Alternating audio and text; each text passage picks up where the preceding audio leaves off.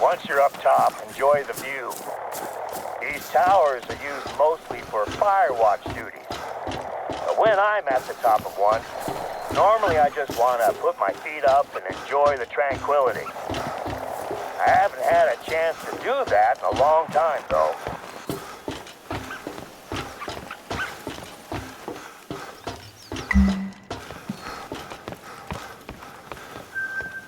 You at the top?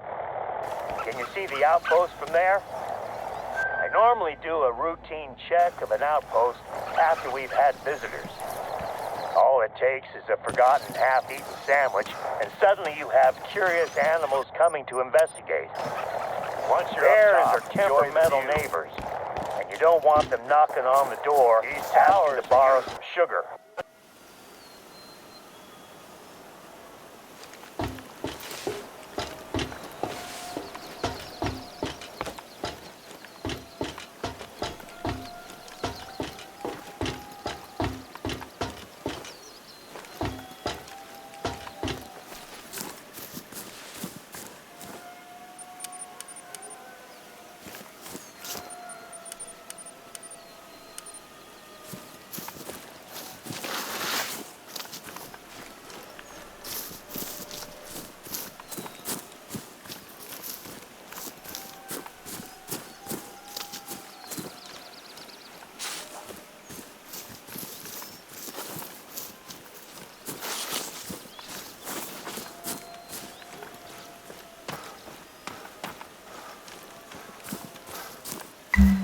Welcome to Loggers Point. 100 years ago or so, felled trees would be dragged down there. The teams would strip them down and roll them into the river. Then they'd be bundled up and towed out to the sawmills. The outpost sits on top of the old workers' campsite.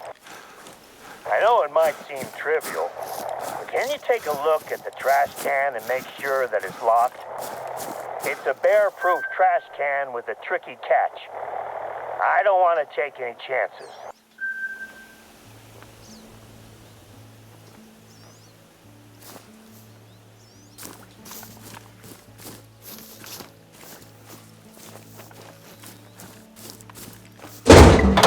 People often struggle to lock these heavy-duty trash cans, but if they leave it just a little bit open, all sorts of trouble could come sniffing around. I think we got lucky this time. Thanks for taking care of that. Oh, one last thing. Before you move on, can you take a look at the firewood inside the cabin?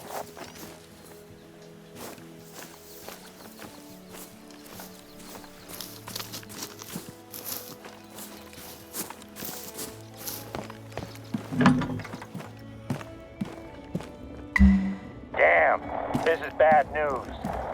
These logs have all the signs of a beetle infestation. Let me see if I can check in with the hunters who must have cut the firewood. I have the number for their satellite phone in the log somewhere. I'll get back to you. I just found the number. I knew I had it here somewhere. I'll give the hunters who stayed here a call and see what they have to say. I'll call you back in a moment after I've landed.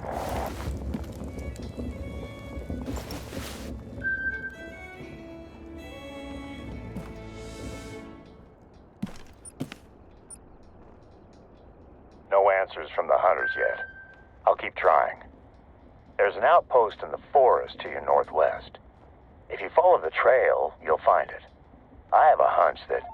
Oh, phone's ringing. I'll call you back when I get some answers from these guys about where they cut the wood. Head to the forest outpost in the meantime.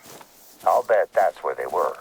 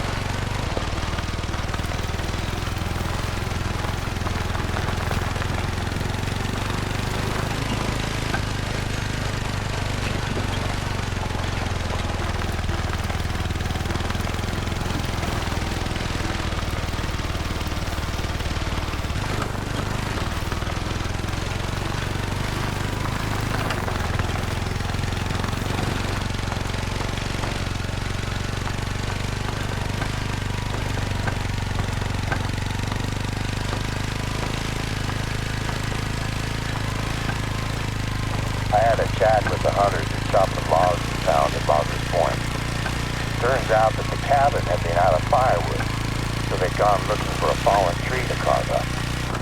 You are now in the same forest they were when they found our beetle-infested tree. Hey, I see you're near the forest outpost. Once you get up there, take a look in the cabin. There should be a backpack with some supplies in it. When you find it, just grab the whole pack.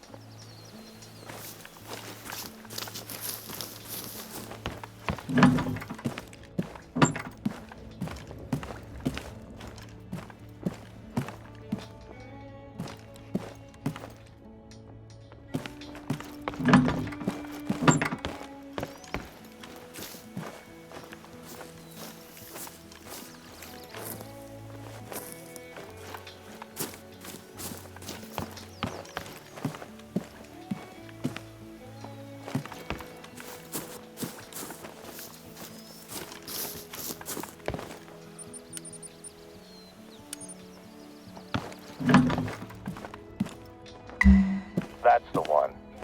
Once you're done at the outpost, take a look in the surrounding forest. Can you find any fallen trees in that area? The spruce bark beetles are a massive threat to Alaska's spruce forests at the moment.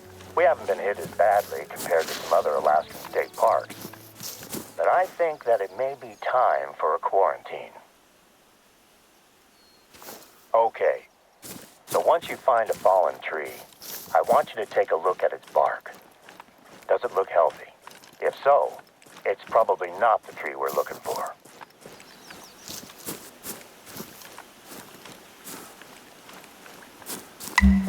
This is the one. Okay, in that pack you should have a canister of paint and a nozzle attachment. Use them to paint a big pink X on the tree.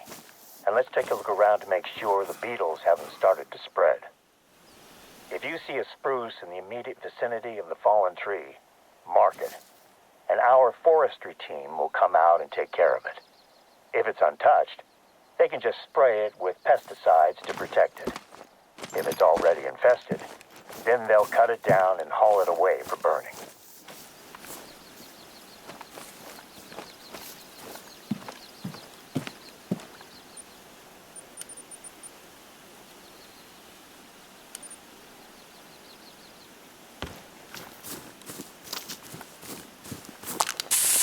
Great job.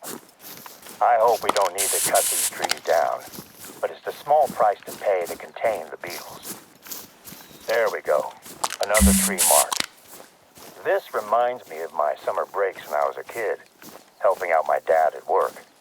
He was a tree surgeon down in Washington State. I used to resent him for making me go out there and work while my friends played back home. Eventually, those trips also included hunting lessons, and that made them my favorite parts of the summer. That should do. I'll get in touch with the foresters. They can investigate the area and cut down what they need to. I'll make sure that they also pick up the firewood at Loggers Point. Don't want to take any chances. Thanks for taking care of this. It's becoming a full-on phobia of mine that these beetles are going to destroy the forest here.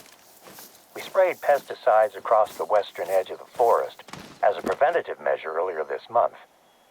But any new chemicals in the air, soil, or water make me uneasy.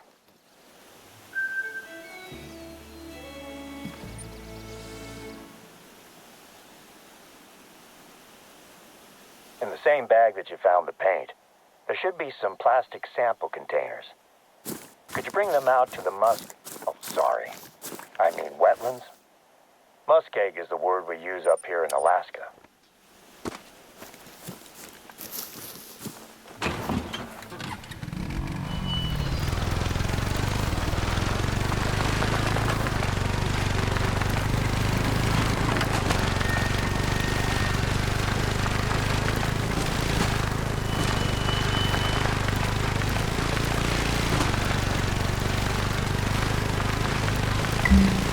Going to be grabbing some samples out there.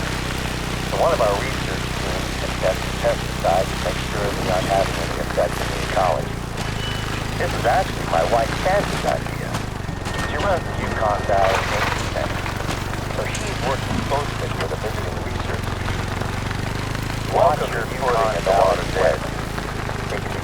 time I saw both of my daughters here to spot one of the containers, they told me that all the bird spotting in the world wasn't worth the smell. Turned out that a bear had left a rotting moose carcass in the summer sun. I decided to spot birds somewhere else, just in case the bear came back for seconds. Nicely done. First time I was there, I misjudged how stable the edge of a pond was and ended up with one leg knee-deep in the water. I was a rookie at the time, and luckily nobody saw it happen. Can you grab a second sample from a body of water slightly further away from the forest? The pesticides we're using on the forest to prevent beetle infestation are effective, but I still have my doubts about the effects on other wildlife. The flats are one of our most biodiverse regions, so I can't risk introducing anything dangerous into the water or the food chain. Can you take some samples from the water beside the forest first? We sprayed a section of the forest western edge last month, so I want to know if anything has changed since then.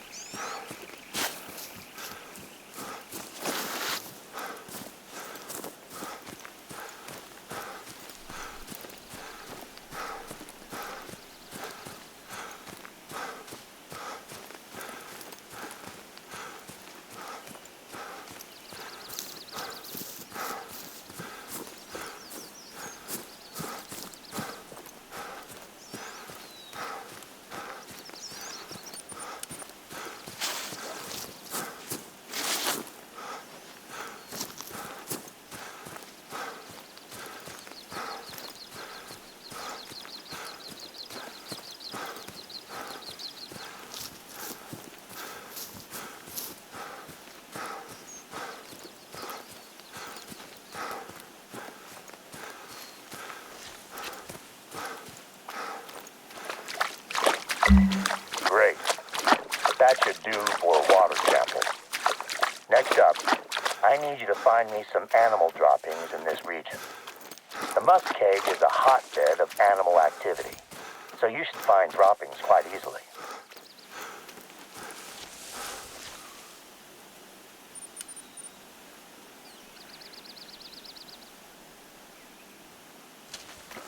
If the pesticides have drifted out to the flats, I want to know if it's making it into the food chain.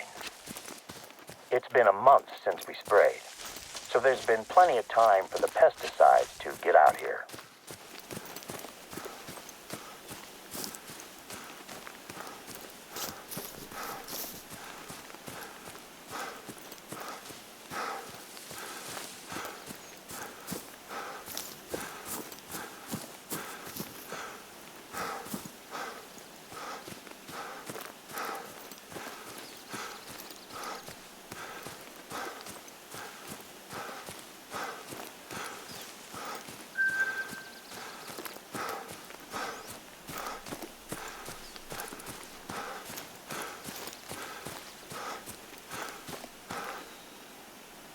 That's what we're looking for. Perfect. Could you find a sample from a different species as well? It's better to grab a larger sample size while you're already there in the field.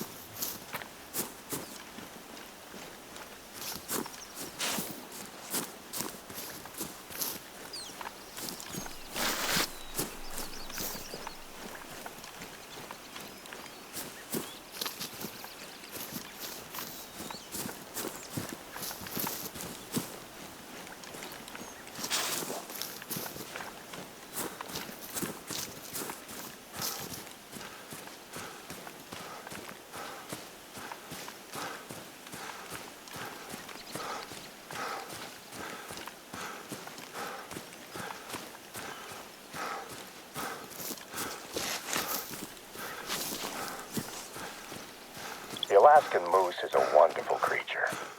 The first time you get close, all you can think about is how big it is. A fully grown moose can eat up to 60 pounds of plant matter in a day. You might be surprised when you see the speed they can run at. Just pray it's not running at you. That should do it. Now we'll be able to tell if anything larger than a fly is ingesting chemicals that we should be worried about. It's hard work wading through the muskeg, huh? I have a spot where you can drop the samples off, and I can easily pick them up. Oh, I just remembered. I've been speaking with my wife about the work you've been doing, and she mentioned a few tasks that she has on her plate that I think you could help her with. I gave her your number, so expect to hear from her. She's working on some very important studies at the moment. Hang on a second. I'm getting a call.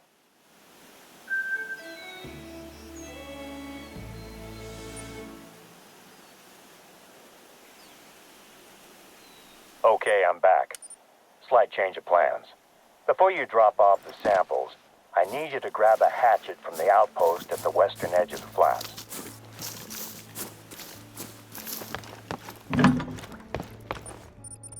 We have a bit of a situation out in the northwest corner of the reserve, and you're perfectly placed to take care of it. It looks like storms have weakened the roots of a tree, which is about to collapse on train tracks. Let me know when you grab the hatchet.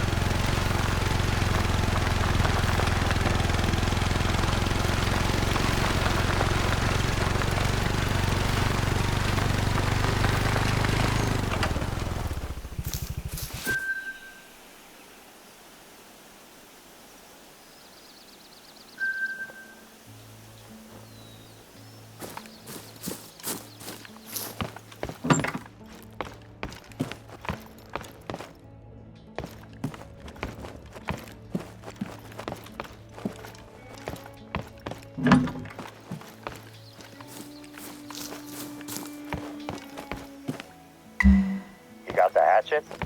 Great. I hope our visitors haven't been using it to open their beans.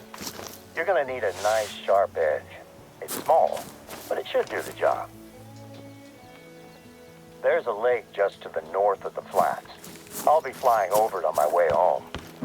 If you drop that stuff off there, I can jump out, grab it, and get it to one of our ecological research teams today, instead of you having to walk around with a bag full of droppings and swamp water.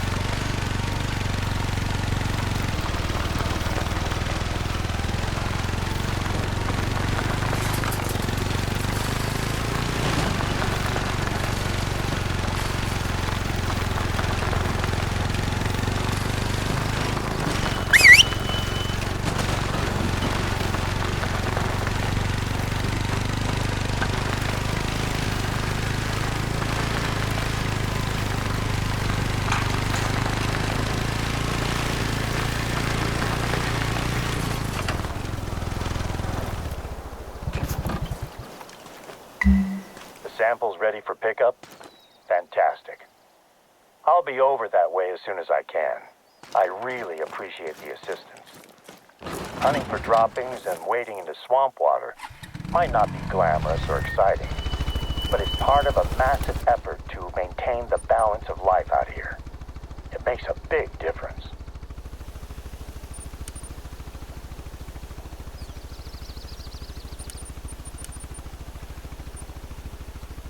You ready to head out to the tracks? Just knowing that tree is hanging over the train track is making me anxious. It's a little bit of a hike, but it's worth it to see the rail bridge. Let me know once you've found the tree. With any luck, it won't take you long to clear it out of the way.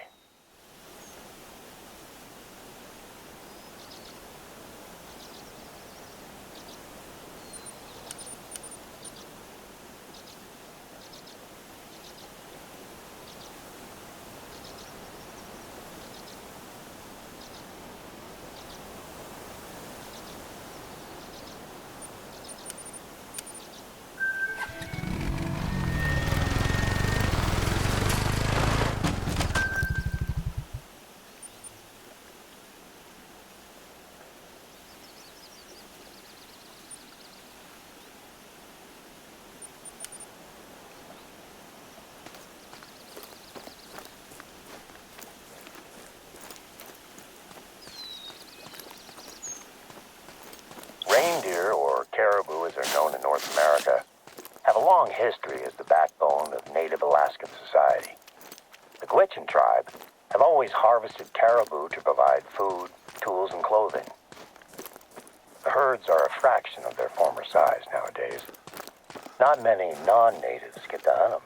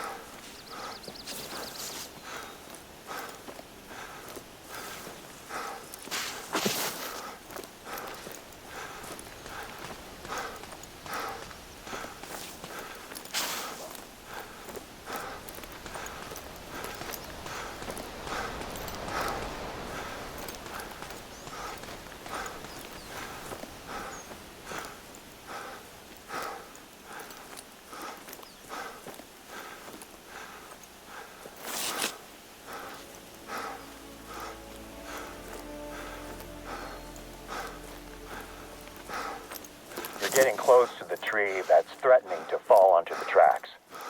I'm guessing it was loosened in a recent storm. Yukon Valley tends to get a few lightning storms each summer, but we do a thorough job of preparing. So we only saw a couple of small fires that went out on their own. Some of my team are still recording the after effects of the storm. I've heard reports of huge trees with deep roots that are now at precarious angles and might need to be cut down. We're lucky to have such isolated incidents. Other reserves have reported landslides. I've only ever seen one landslide in person, and that was from the air.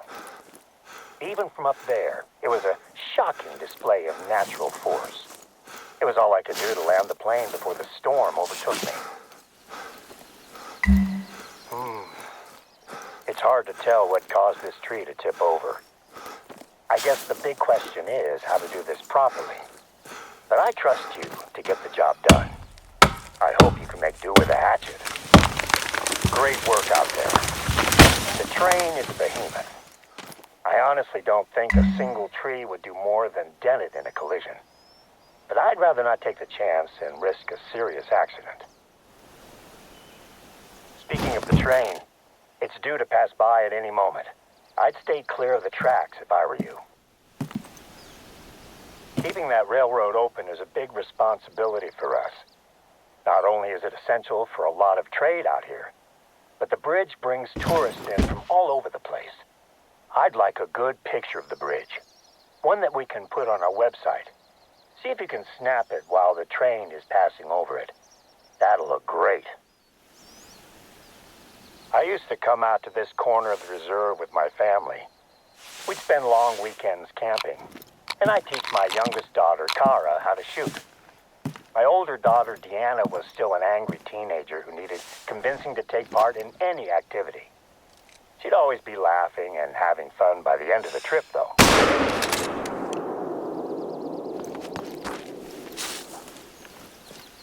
Those trips are some of my favorite memories. It brought us all closer as a family. Being alone together.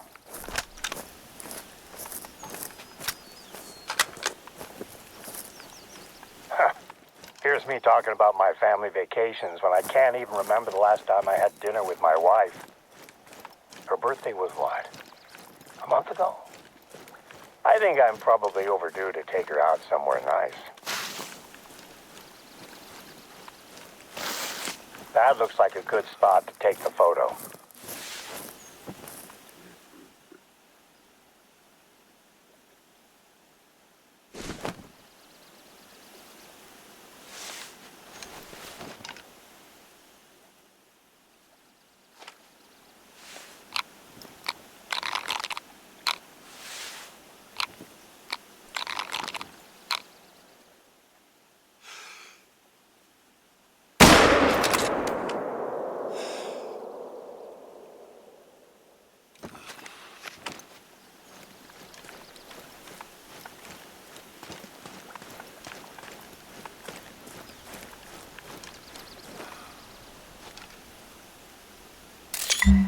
That's the shot we needed. It's a shame we couldn't catch it with the train on top, but it's still good. I'll send this picture over to Sandy. Her team takes care of the Yukon Valley website.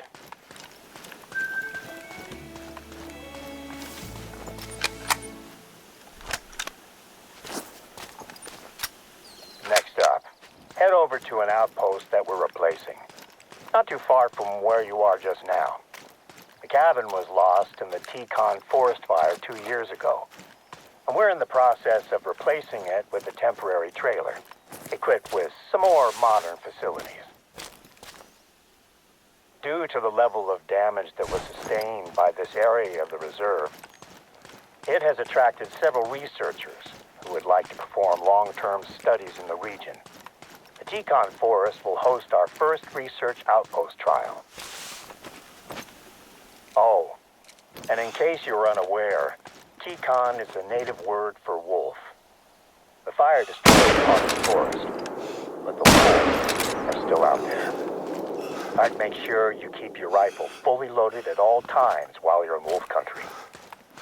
I look forward to your call when you find the outpost.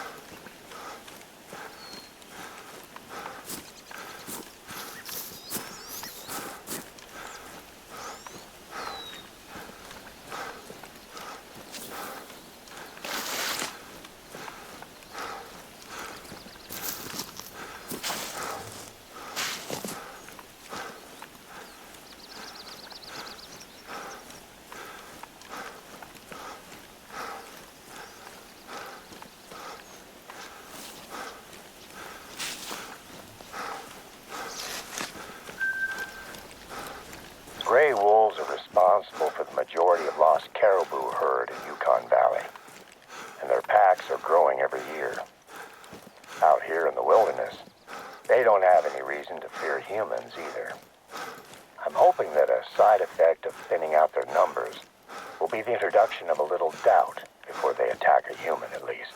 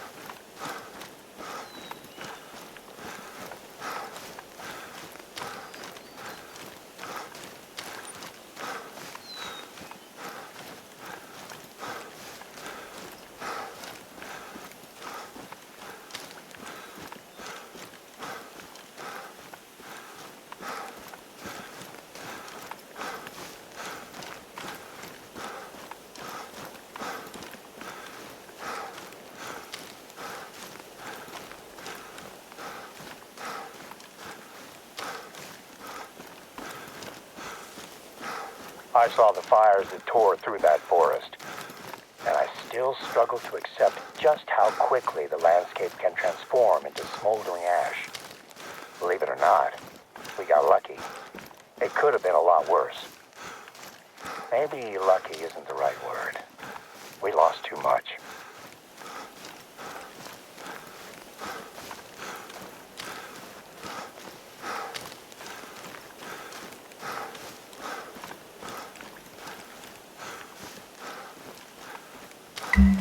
This is the Basri Memorial Outpost, or at least it will be, once you get it up and running. Ranger Crawford has left the supplies that we need for the finishing touches. He was going to set it up himself, but his wife went into labor just as he got here, so he had to rush back to town. The workstations look like they're ready to go. If this trial goes well, we might see more researchers setting up camp across the facility. For now, though, let's get things powered up. The supplies will include fuel for the generator. And a little fuel in the generator and fire it up. I'll let our researchers know they're welcome to visit when they're ready. Of course, you can sleep here and resupply the supplies, just like any other outpost.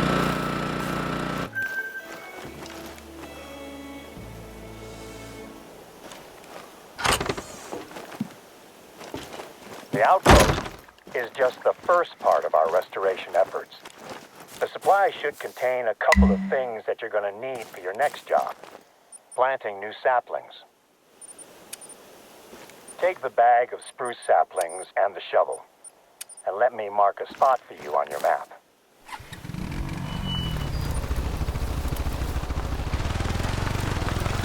It's a tough road ahead for this part of the reserve. Fire burnt away a huge chunk of the forest. But with any luck, a program of replanting will gradually bring life back. I hope to see it happen in my lifetime.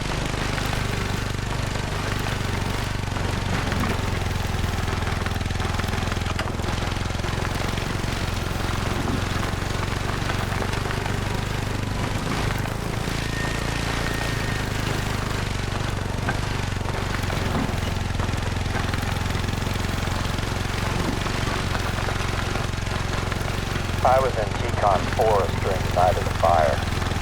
We predicted a few spots as potential fire sites, and we're doing our best to prepare. But there were too few of us, too much ground to cover. I sent most of the team away when the storm rolled over us. It was getting too dangerous. You're in the right spot. I haven't been out to that corner of the reserve for quite a while now.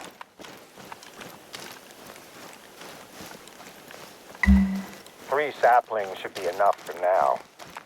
Can you see the shell of the old tree? It was the first casualty when it was struck by lightning and went up in flames.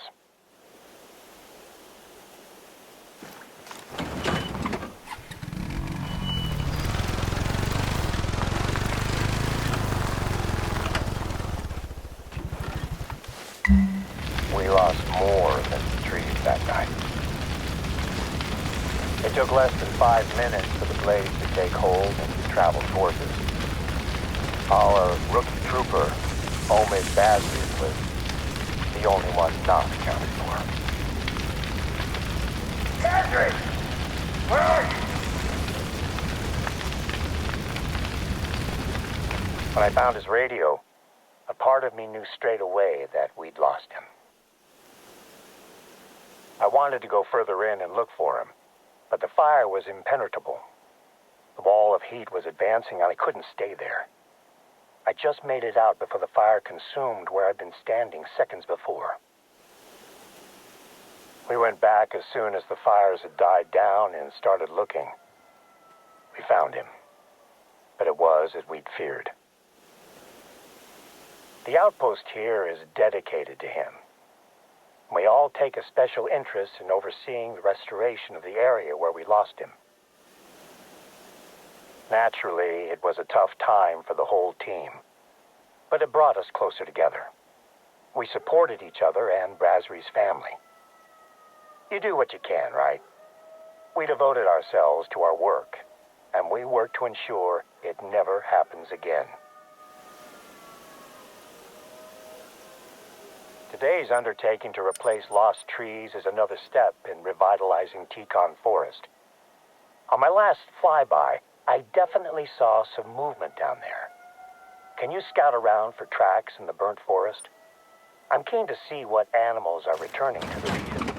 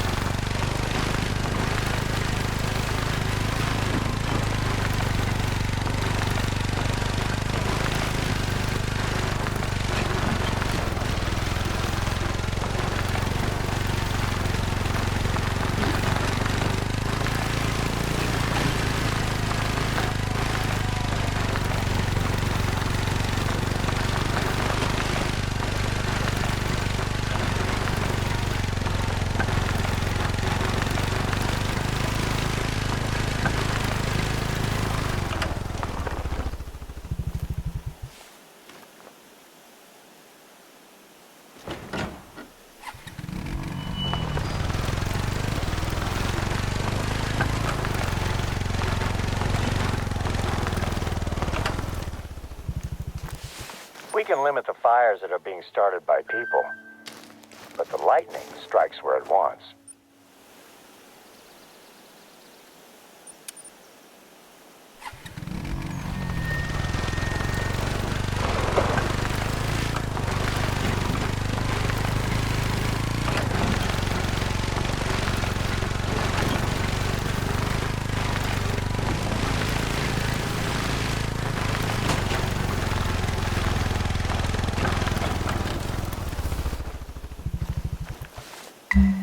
Finding tracks out there is a good sign.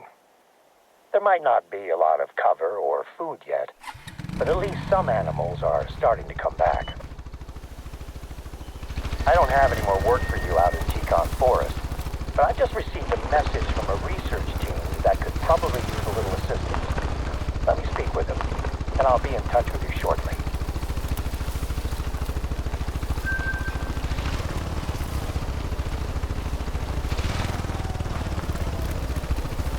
I have a new job for you. One of Yukon Valley's research teams have asked if we can help them to fix a piece of the equipment they're using to track animals around the reserve. There is a box of parts that you'll need to pick up, sitting in one of our outposts. I'll mark it on your map.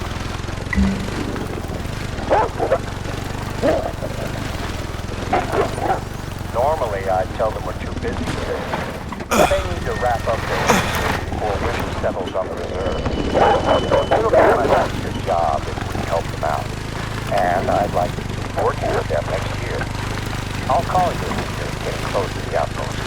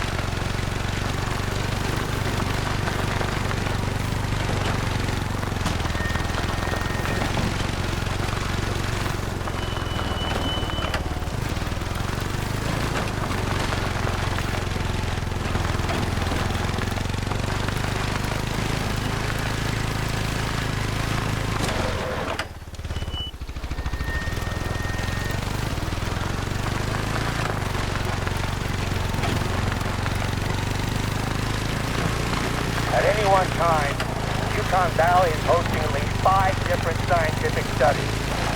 A lot of them are a simple case of setting up some recording equipment and leaving it to record data. But some involve a more hands-on approach. Parts are being stored in that outpost. They should be good to go. I wish I could do more to help with the studies.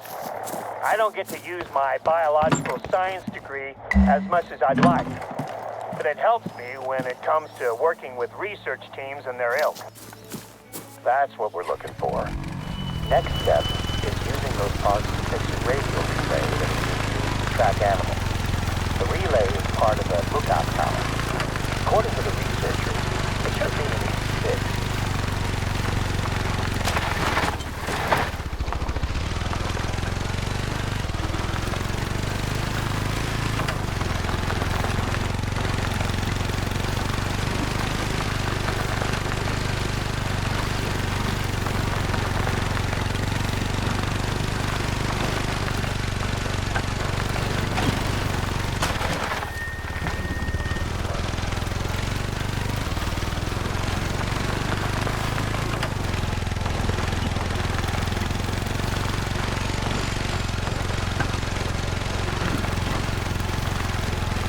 I'm hoping that tech trials like this tracking system will help Yukon Valley stand out as a hub of scientific research here in Alaska.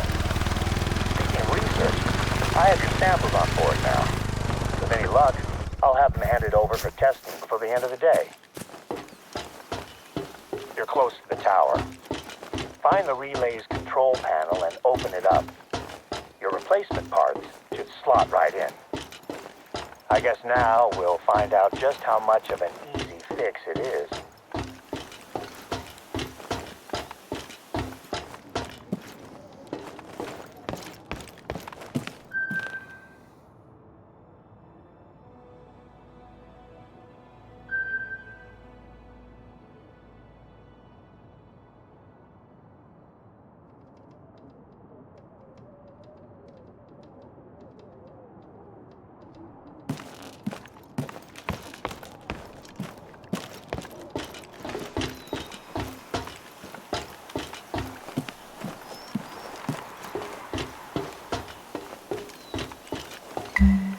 Did it? It's working? Fantastic. I will check in with the researchers to let them know it's fixed. They probably noticed that their equipment's range has just risen dramatically.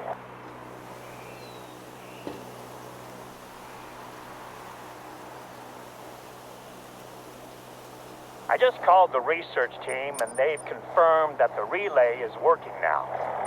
They've asked if you could take a look at one of their trackers that has been dormant for the last 13 hours or so. They weren't sure if the lack of movement had been due to poor signal, but now they're certain that something's happened. I'll forward the details.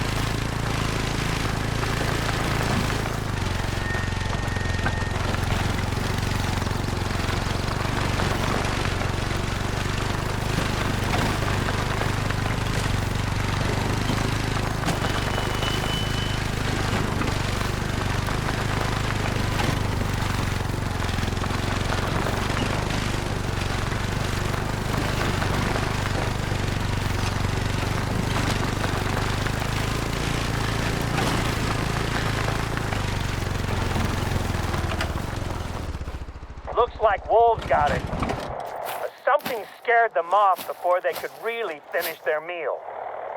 Grab the collar and you're good to go.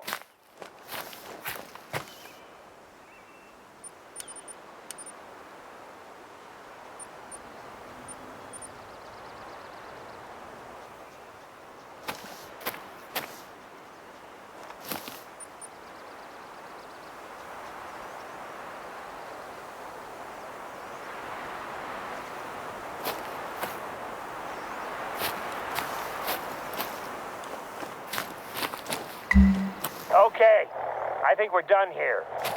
Let's move on before anything comes sniffing around. The researchers have been using Copper Bowl Lake outposts as their base camp, and you can drop the collar off there. Don't expect company, though. The research team are always out and about.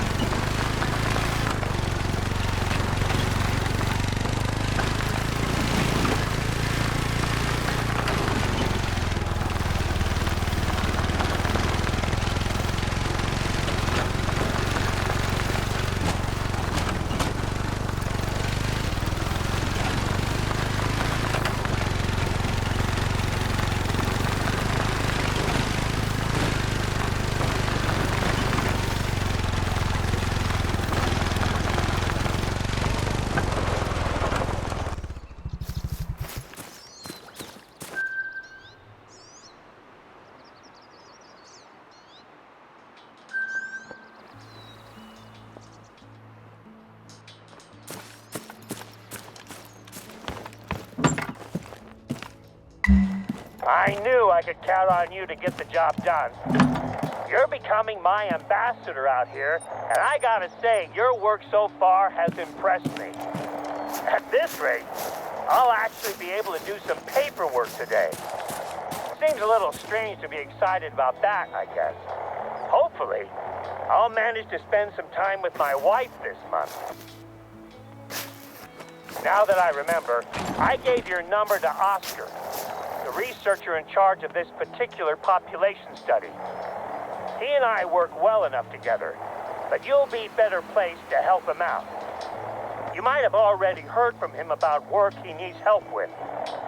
He injured his knee in the summer, so he's a little behind schedule.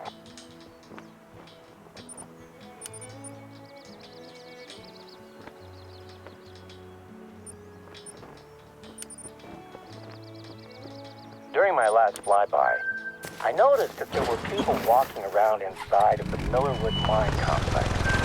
The entire complex is closed to the public, but that hasn't stopped some people from trying to explore the building. I'd like you to head over there, make sure that the place is still secure. The mine buildings have been sealed since the mine closed in the 30s. We occasionally get curious tourists, but once they see the no trespassing sign, they tend to take their pictures and move on without getting too close.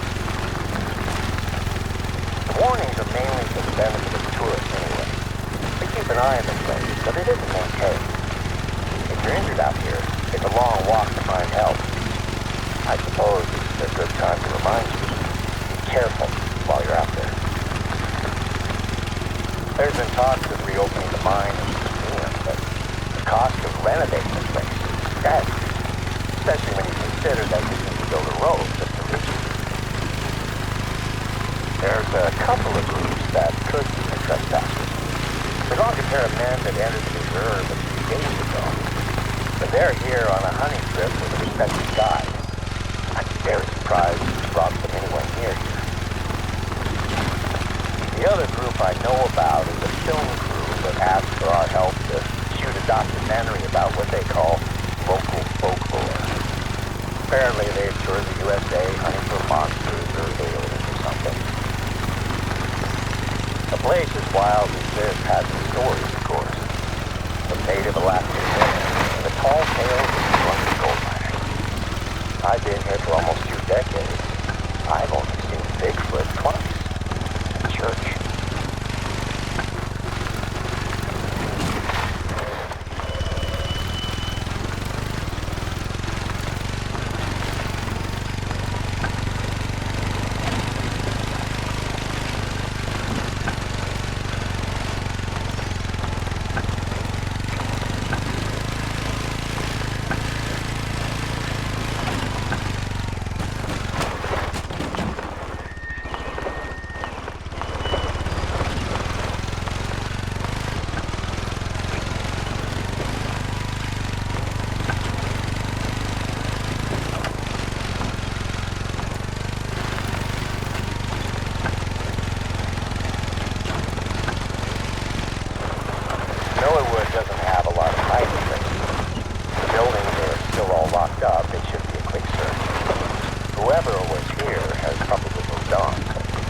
want to be certain. Take a look around the complex. My last inspection was 6 months ago and all the buildings are secure. Let me know if you see anything suspicious. Nothing but ash left now. Oh, and they kicked down one of our keep out signs. Would you replan it, please?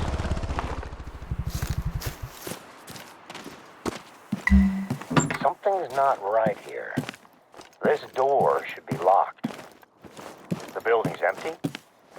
I don't know why they'd want to be in here anyway.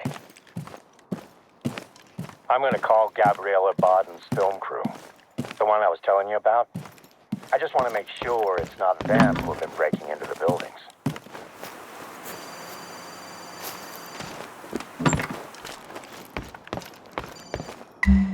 Is that the phone I'm calling? Not much point in me calling it now, huh? I didn't expect this from a professional film crew. What possessed them to enter this building? I need to speak to them about what they've done here. That phone you picked up is the only way I had of contacting them. So we're gonna have to track them down. Given their total lack of bushcraft or respect for their surroundings, it should hopefully be an easy trail to follow. You've done a lot to help. This is gonna need an officer on site just in case things get ugly. I'm on my way.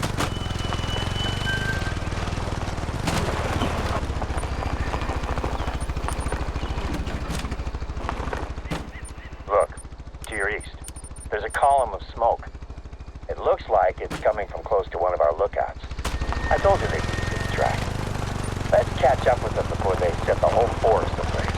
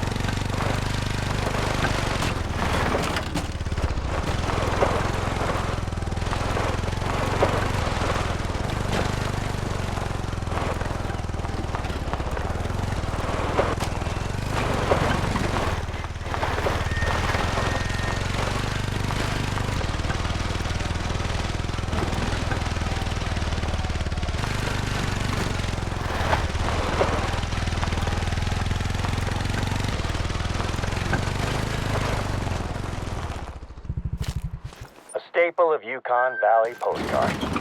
Everyone snaps a picture of Millerwood Mine.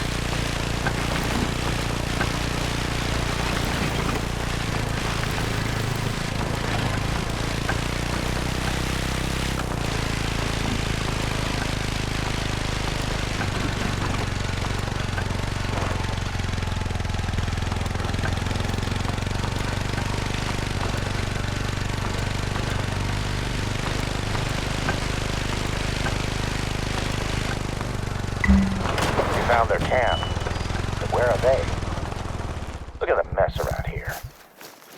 It looks like something big has turned the place upside down. Take a look around their camp and see if there's anything that can tell us where they went. She's dedicated it to her younger self. Our first concern is that fire. Douse it, will you? No, surely not. Looks a lot like even the most ignorant town don't even consider baiting animals out here. Interior haunted mine. Explains a little bit about their trespassing. Well, this tells a story of some truly bizarre people, but it doesn't help us find them. That was a scream, but I can't see anything. Get to the lookout. Maybe you'll see something that I can't.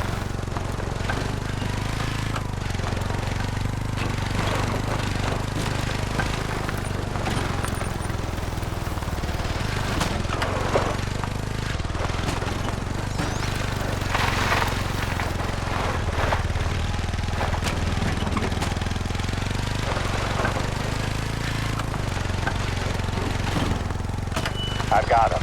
They're here, coming out of the forest. But one of them is covered in blood. They've seen me. Hey! Over here! Make your way to me! Get into the plane!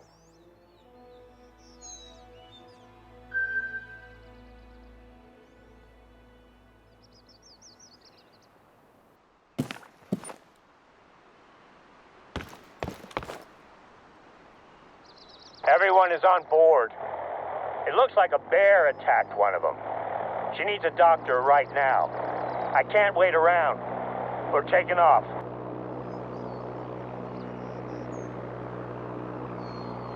I've got this. Heading back to base. We'll have a doctor standing by.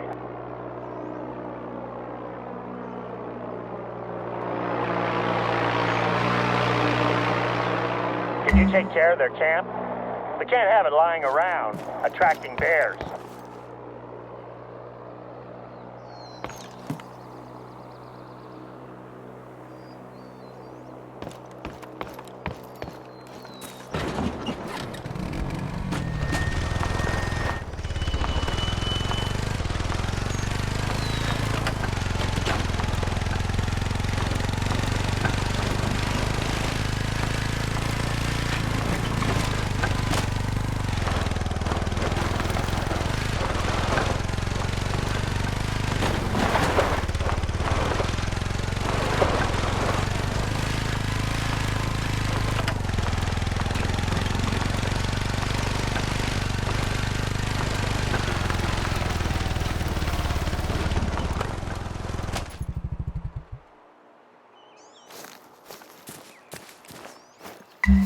Hey there, Chichiko.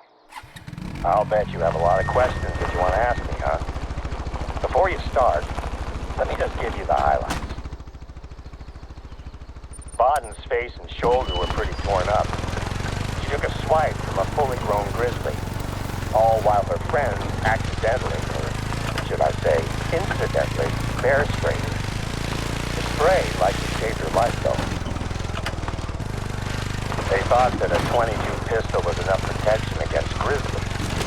So as well as spraying the bear, they shot it in the side. I've seen bears shrug off spray with larger caliber rounds. So I'd say these guys are lucky they decided to run off, instead of making it angrier. Anyway, Bad was in surgery this morning. The bear's claws gave her some nasty head wounds, and it was able to sink its teeth into her shoulder before running off. She'll be out of it for a few days. I'll question her when doctors say she's ready. I have to say, you handled yesterday well, Chico. Kept a level head, even when things went off the rails. I've had rookie troopers under my care who would have struggled in the same scenario. It's entirely possible that you saved that film crew's life. Not only did you help to solve a crime that led to us saving some woefully underprepared, let's just say, explorers, shall we? You took care of the mess of the mine, and of their camp, too. It's not like this is the first big impact your work has had on the reserve. You helped us quarantine a potentially devastating infestation of spruce bark beetles. You assisted with scientific research programs and helped us to safeguard Yukon Valley's future. I know it might have seemed counterintuitive to hire a professional hunter when the plan was to protect Yukon Valley's wildlife, but I know that I made the right choice. Your work out here will have far-reaching repercussions for not only the forests, plains, and lakes, but everything that lives here as well. And that includes me. At first, the plan was for you to take over a lot of my informal duties, the tasks that aren't officially part of my job, but are essential to the running of the reserve. Maintaining populations, containing threats, and gathering samples for scientific research. All great reasons for hiring a professional hunter. But I told you before that I was looking for someone who understands Yukon Valley. Someone I could trust to take care of it, the same way I do. Your recent time here has been a trial of sorts, helping me to prepare the reserve for winter. I feel like the reserve is ready now, and that's largely thanks to your efforts. Sandy might have told you, but she's delighted that you've had this effect on the reserve. In this past week, we've spent more time together than we had done in the entire previous month. In fact, now that the reserve is ready for winter, and I have my ambassador out there, I'm making plans to take Sandy and my girls on a trip somewhere nice. What do you think? Beach, lake, skiing trip? I'll ask Sandy tonight when I get home. Oh, and when I get back from my vacation, you and I should discuss your contract. Winter in the Yukon is no picnic, but I'd like to invite you to stay on indefinitely, if you're interested. You'll be an old sourdough like me in no time.